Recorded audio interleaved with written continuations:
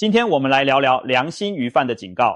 市场上有5种鱼，千万别再买，就算免费送你也要拒绝。是不是很惊讶？鱼不是公认的健康食品吗？我们从小就听说吃鱼聪明，鱼肉富含优质蛋白质和 Omega-3 脂肪酸，对心血管有益。然而，正如一位卖了30年鱼的老伯所揭露的行业秘密，有些鱼看似新鲜美味，价格实惠，实际上暗藏致命危机。不知情的人吃了它们，可能真是花钱买病，甚至危及生命。究竟是哪5种鱼这么可怕？为什么连每天和鱼打交道的老鱼贩都敬而远之？今天就让我们深入探讨这5大陷阱，挖掘每种鱼背后不为人知的秘密。一口鱼下肚，是良药还是毒药？看完您就心中有数，请您耐心看完，这些知识可能救您和家人的命。首先登场的是许多人餐桌上的传统美味——咸鱼。咸香味浓的咸鱼配白粥，那叫一个开胃下饭。许多长辈都对此情有独钟。闽南、广东一带更有一菜一咸鱼的饮食习惯，甚至诞生出咸鱼白菜这样的家常菜名。然而您恐怕想不到，就是这普普通通的咸鱼，竟然被国际权威机构列为第1类致癌物。这意味着经常吃咸鱼确定会增加癌症风险，其危害级别和香烟、砒霜、石棉这些臭名昭著的致癌物同级。世界卫生组织的一份报告明确指出，中式咸鱼与鼻咽癌的高发密切相关，特别是在中国广东沿海一带，老人家爱吃咸鱼，结果该地区的鼻咽癌发病率一直居高不下。科学家早就怀疑与饮食习惯有关，直到现代医学统计与实验证实，咸鱼正是元凶之一。正所谓咸鱼翻身，本是比喻绝处逢生，但长期嗜食咸鱼的人真可能翻不过身来，反倒翻进病床。那咸鱼为何会致癌呢？原因就藏在它的制作过程中。传统制作咸鱼通常是把新鲜鱼用大量粗盐腌制，再放到太阳下暴晒发酵。经过这一腌一晒，鱼肉中的蛋白质大量分解，会产生一系列化学物质，其中就包括亚硝胺，这可是出了名的强致癌物。咸鱼那独特的香味和金黄油亮的卖相，恰恰是发酵产生的这些物质带来的。但香味的背后隐藏着健康风险。长期吃咸鱼的人把大量亚硝胺吃进肚子里，日积月累之下，亚硝胺会不断刺激我们上呼吸道的细胞，最终诱发癌变，特别是鼻腔、咽喉部位的恶性肿瘤。难怪有医生感叹，咸鱼虽好吃，却可能吃出鼻咽癌。有人会说，偶尔吃一次应该没那么严重吧？确实，专家也指出，偶尔解解馋问题不大，但如果3天2头把咸鱼当家常菜，那就危险了。尤其是老人和某些南方地区居民，如果每天早餐来点咸鱼配稀饭，晚上又吃咸鱼蒸肉饼，长年累月下来，风险骤增。香港某医院的调查就发现，鼻咽癌患者中有很大比例的人从小酷爱咸鱼，数据触目惊心，迫使医疗机构大力宣导改变传统饮食习惯。可以说，咸鱼这种昔日为了保存食物而诞生的智慧，如今变成了健康隐患的代名词。时代在进步，冰箱早已取代烈日当空，咱们也该与时俱进，把咸鱼请出日常菜单了。有个良心鱼贩坦言，他自己从不买咸鱼，哪怕再便宜也不吃，因为他见过太多邻里乡亲因爱吃咸鱼而落下病根。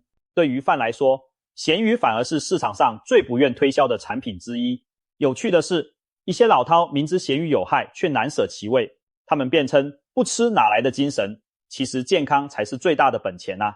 如果嘴馋难耐，偶尔吃上几口也无妨，但务必要点到即止。听完咸鱼的秘密，您是不是也开始回想自家厨房还藏着多少块咸鱼呢？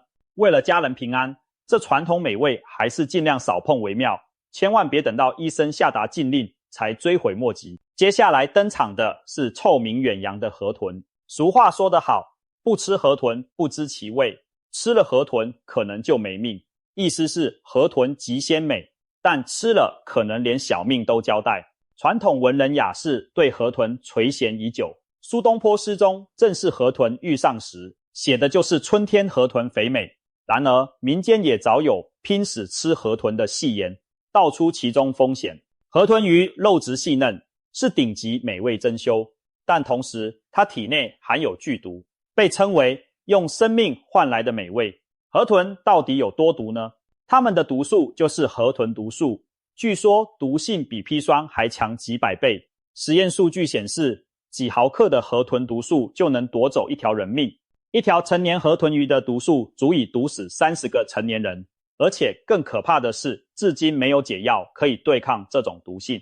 中毒者初期会出现嘴唇和指尖麻木、头晕、恶心，进而四肢瘫软、呼吸困难，严重时因呼吸机麻痹在数小时内死亡。河豚毒素耐热不分解，烹煮也无法将其破坏。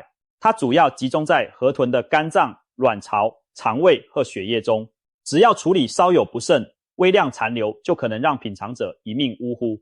正因为如此，专业的日本河豚料理厨师都必须经过严格训练和考核，取得特别执照后才能动刀处理河豚。这门手艺就像在刀尖跳舞，一步不慎即万劫不复。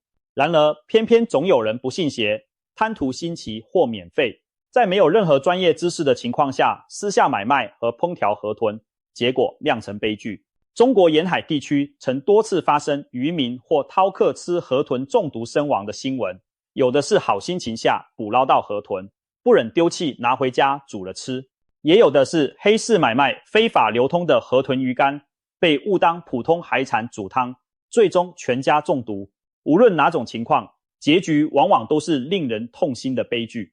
某渔村就曾发生一家5口食河豚中毒，父亲当场死亡，母亲和孩子重症送医抢救。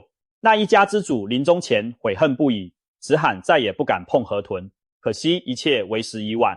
也因此，大陆曾一度明令禁止河豚流通，即使近年有条件开放养殖河豚供食用，也限定在严格监管下的产品。有些人误信河豚有药用价值，甚至拿河豚鱼干敬酒当补品，这种做法极其危险。毒素并不会因泡酒而消失，反而可能随酒精更快在体内扩散。过去就有误饮河豚毒酒而丧命的案例，所以千万不要乱尝试任何所谓能解河豚毒的偏方。良心鱼贩在此郑重提醒，千万别被河豚的鲜美诱惑，更不要相信任何民间偏方能驱除河豚毒。一条河豚鱼就像一颗上膛的子弹，谁碰谁危险。就算有人白送河豚让你尝鲜，也务必坚决拒绝，这可不是开玩笑。命就一条，没有重来的机会。对美食抱有冒险精神无可厚非，但拿河豚开玩笑，代价可能是生命。再极致的美味也不值得用命去换，与其拼死吃河豚，不如留条小命，以后还有更多机会品尝其他安全又美味的料理。吃河豚的疯狂就让它停留在诗词与传说中吧。第3种要介绍的鱼，名字听起来普通，危害却非常奇特，它就是鱿鱼。也许有人对这名字不熟，但提到前些年闹得沸沸扬扬的假鳕鱼事件，您可能有印象。市面上有种价格便宜的冷冻鱼排，商家常号称是鳕鱼柳、鳕鱼出售，其实很多都是鱿鱼冒充的。吃真正的鳕鱼对身体有益，但吃了鱿鱼可能会发生极其尴尬的事，拉出橘黄色的油。不错，您没看错，不少人吃了鱿鱼后出现严重腹泻，排泄出犹如机油般的橘色油脂，把马桶染得油光闪闪。这种现象俗称漏油。有网友戏称，吃了假鳕鱼之后，上厕所如同在给马桶做润滑保养。玩笑背后是真实的生理反应，令人哭笑不得。为什么鱿鱼会让人漏油？罪魁祸首是一种叫蜡脂的特殊脂肪。鱿鱼体内脂肪含量高达 20% 以上，其中很大一部分是人体无法吸收的蜡脂。平常我们吃的植物油、动物油可以被消化酶分解吸收，但鱿鱼的这些蜡脂仿佛液体石蜡，人体肠胃对它们束手无策，只能任由它们在肠道中滑动。结果就是吃下去的蜡脂原封不动润滑肠道，一股脑哗啦排出体外。严重时不止腹泻，甚至打喷嚏，放屁时都可能不受控制地喷出油滴，让人猝不及防弄脏衣裤。有人形容那场景简直让人怀疑人生，因为太过丢脸和不适了。更糟糕的是，蜡脂引起的泻油往往没有任何征兆，可能在用餐后数小时突然来袭，使人措手不及。更坑的是，很多人一开始根本不知道自己吃的是鱿鱼，以为吃的是正常的鳕鱼料理，等到出现漏油症状才后知后觉。曾有公司团餐用廉价鱿鱼冒充鳕鱼，结果一整层办公室的人集体狂奔洗手间，场面极其混乱。也有家长买了便宜冷冻鱼柳煎给孩子吃，不料孩子半夜肚痛如绞，排出怪异的橘色油状物，把全家吓坏，方才发现买到了假鳕鱼。其实鱿鱼本身并非有毒，它造成的漏油是生理反应，对人体虽然没有长远伤害，却能让人当下一阵好受罪，轻者脱水难受，重者还可能因剧烈腹泻引发电解质失衡，更别提心理阴影。经历过一次漏油事故的人，以后恐怕见到鱼排都心有余悸。有意思的是，鱿鱼的漏油副作用曾一度被某些人吹捧为减肥手段。他们宣称吃鱿鱼不用节食，体内油脂自动排出，把鱿鱼当作减肥圣品推广。结果不少不明就里的人跟风尝试，搞得腹泻不止，虚脱无力，才醒悟此法荒唐。医生们严厉警告，靠吃鱿鱼漏油减肥纯属拿健康开玩笑，万万不可取。减肥没有捷径，正确的办法还是均衡饮食配合运动，指望一条鱼拉油减重，听着就不可靠，不是吗？那我们该怎么避免吃到鱿鱼呢？良心鱼贩传授几个妙招。第一，认清真正鳕鱼的价格和外观。深海真鳕鱼产量不高，价格不可能太便宜，肉质雪白致密且成片状，解冻后也不会水汪汪。如果碰到号称鳕鱼但价格低得离谱，肉质松散水润的鱼柳，就要提高警觉。第二，看产品标示名称和来源，正规厂商会清楚标明鱼的学名或俗名，例如鱿鱼会标明学名翼鳞蛇青，鳕鱼则标明大西洋真鳕，不会用模糊名字混淆视听。不良商家则可能隐去鱿鱼字样，仅用鳕鱼、银鳕等模棱两可的名称。如果包装或菜单上只字未提鳕鱼的具体品种，千万多问一句或索性避开。第三，掌握一些鱼肉辨别的小技巧，比如有经验的师傅透露，煎鱼时若逼出大量油脂，甚至锅里油花四溅不见干，十有八九就是鱿鱼。因为真鳕鱼脂肪含量没那么夸张。还有人建议干脆避免购买市场上来源不明的冷冻鱼排，改买整尾带皮有头有尾的鱼，再请店家剖片，至少物种能肉眼辨识，出了问题也有据可查。总之谨记一点，天上不会掉馅饼，价格明显低于行情的所谓鳕鱼优惠，多半是鱼中李鬼冒充李逵，贪图便宜一时爽，很可能事后肠胃泪两行。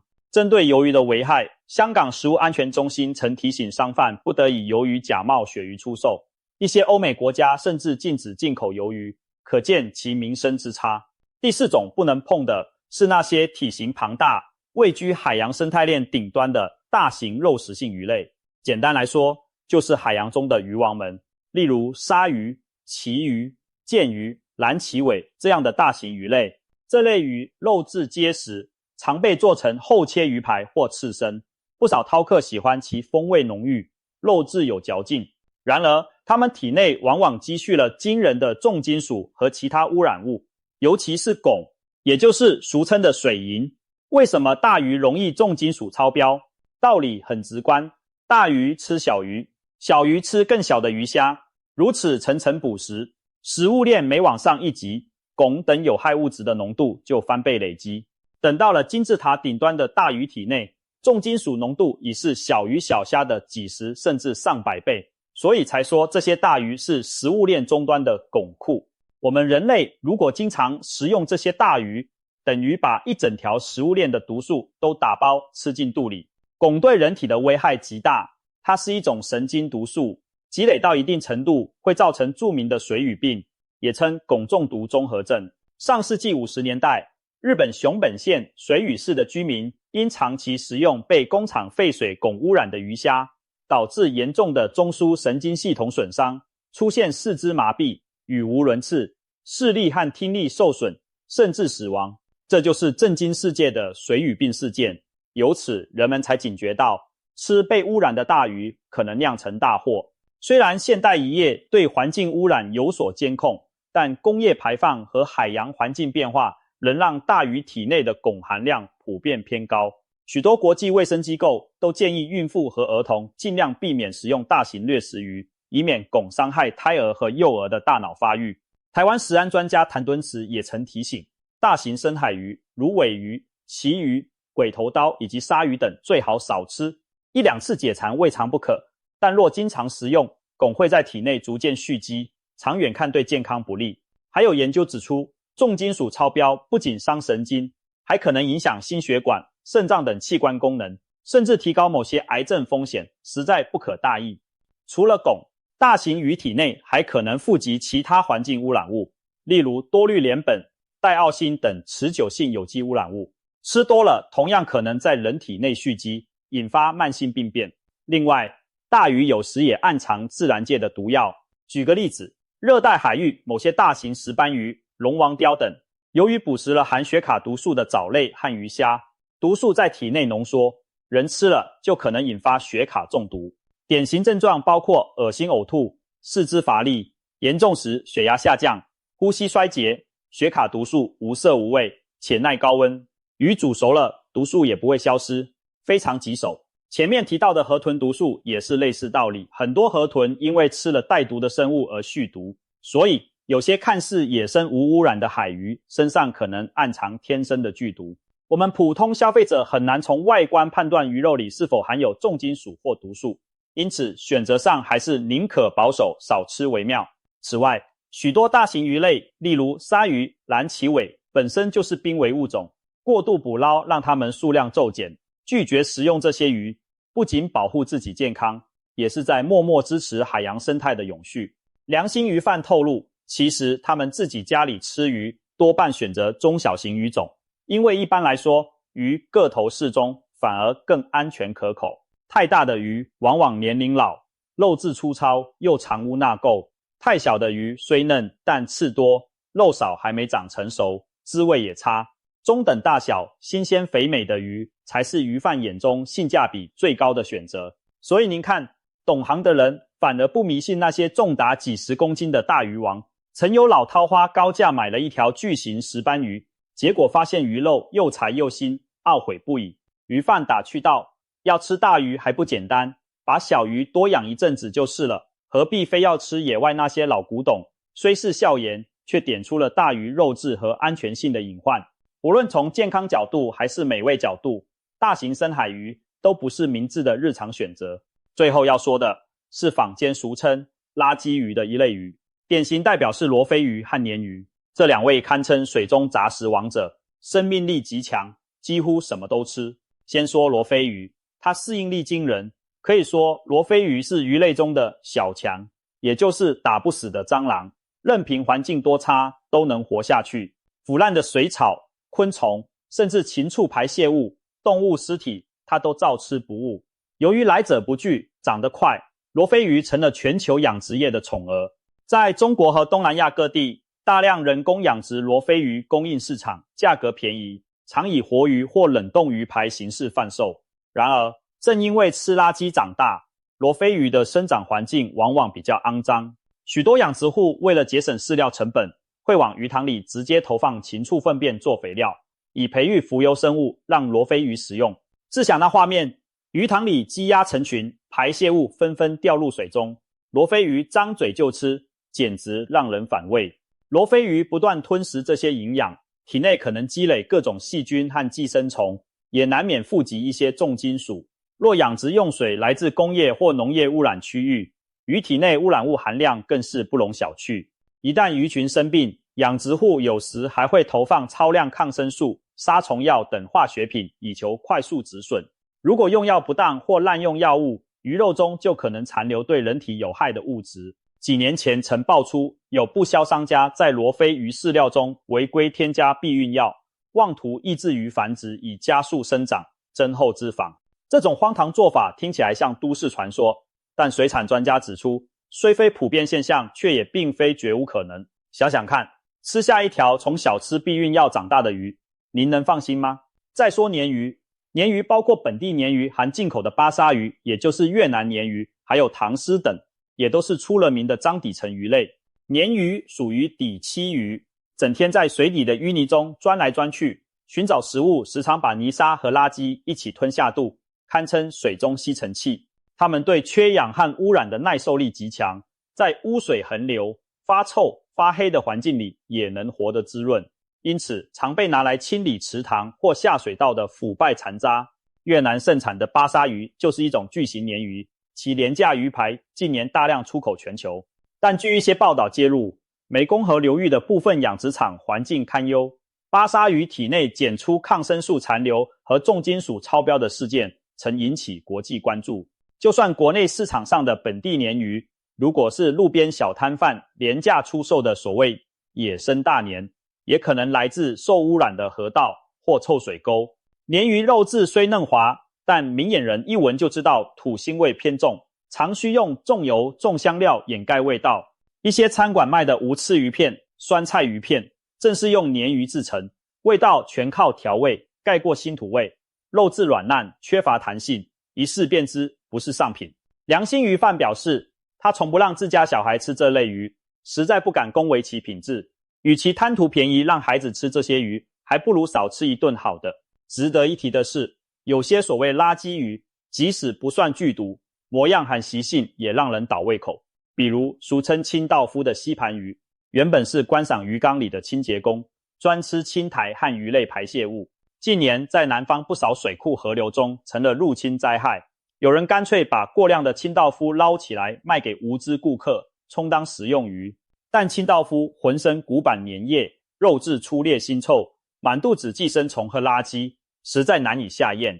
听名字就知道他吃废物长大，买这种鱼回来吃，岂不是拿自己肚子当垃圾处理场吗？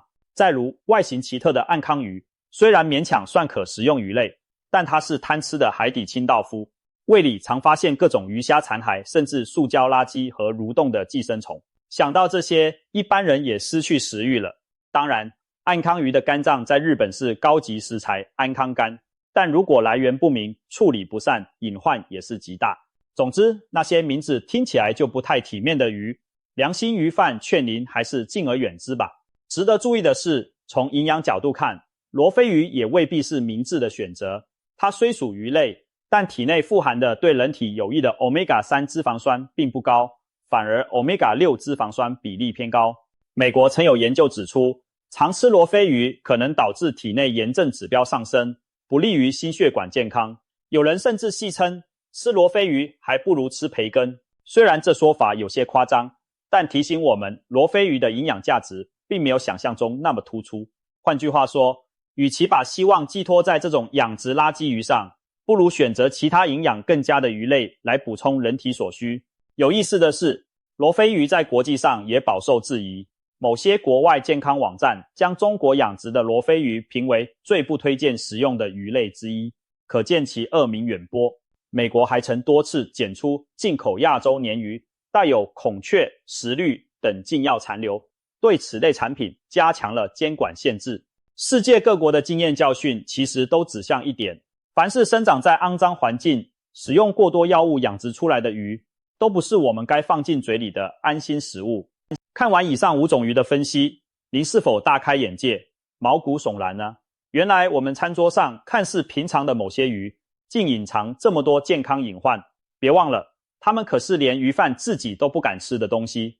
我们再快速回顾一下：咸鱼，咸香诱人，却蕴藏致癌危险；河豚，美味刺激，却如地雷般暗藏杀机；鱿鱼，伪装名鱼，实则让人当众出糗；大型深海鱼，体格壮硕却积累毒素重金属；罗非鱼、鲶鱼这类垃圾鱼，养殖环境肮脏，品质难保。这5种鱼各有各的雷区，聪明的您现在应该知道绕开它们了吧。话说回来，鱼肉依然是健康饮食中重要的一环。我们提醒这些，只是希望大家能挑对鱼，吃对鱼。市场上值得安心吃的鱼其实很多，比如深海的鲑鱼，青鱼含丰富好油且不易蓄积汞，养殖环境管理良好的鲈鱼；鲷鱼肉质细嫩，安全可靠。还有小巧的秋刀鱼、沙丁鱼，提鱼富含 Omega-3 和重金属含量极低，这些都是不错的选择。关键在于避开高风险品种，多留意来源与品质。只要方法得当，吃鱼的益处仍远远大于风险。千万别因噎废食，因为聪明的您已经知道该绕开哪些鱼雷，竟可以放心享受其他美味鱼鲜。回想过去物资匮乏的年代，人们常说鱼生火，肉生痰，白菜豆腐保平安。那时鱼肉被奉为滋补佳品。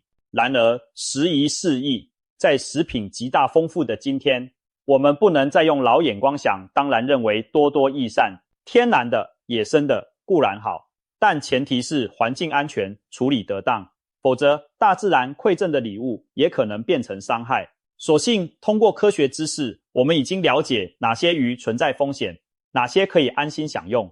只要避开这些暗藏危机的鱼种，海洋留给我们的仍是满满的美味和营养。最后，良心鱼贩送您几个买鱼小贴士：尽量到信誉良好的摊位或超市选购鱼类，不要贪路边摊的一时便宜。购买时闻一闻鱼身是否有酸臭或化学气味，观察鱼眼是否清亮微凸，鱼鳃是否鲜红，按压鱼肉是否富有弹性。如果选购冷冻鱼，留意包装标识，选择包装完整、标明来源且通过检疫的产品。请记住，如果卖鱼的人自己都从不吃某种鱼，你就更要当心。民以食为天，食以安为先，谨慎选择才能守护餐桌安全。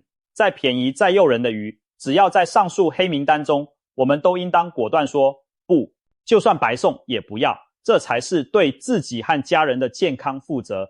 牢记良心鱼贩的这番忠告，拒绝危险的鱼，才能真正享受安心美味的海中珍馐。大海之广，鱼之美味无穷。然而，享受美食的同时，我们也要保持清醒的头脑。只有懂得取舍，远离那些鱼中的隐形杀手，才能既满足口腹之欲，又保障自身健康。希望今天的分享能帮助大家吃得更安心。如果您觉得有用，也请将这些知识告诉亲朋好友，让大家共同远离危险，健康享鱼。